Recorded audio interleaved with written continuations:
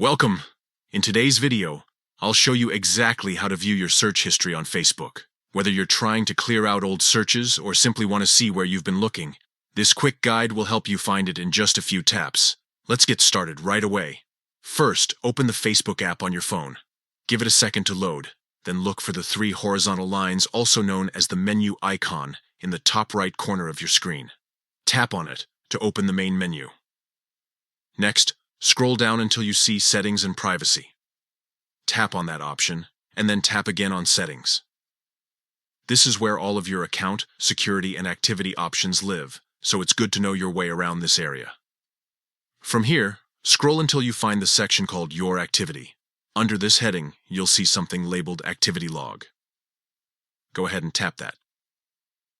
The activity log is where Facebook stores a record of everything you do on the platform: likes, comments, reactions, and yes, your searches too. Once you're in this section, look for logged actions and other activity. There should be a small arrow beside it. Tap the arrow to expand the list, and you'll see an option called Search History. Select Search History, and there you go. You'll now be able to see a full list of everything you've searched for on Facebook. If you want, you can also remove specific searches, or clear your entire search history from here. And that's it. You've just learned how to find your search history in the Facebook app.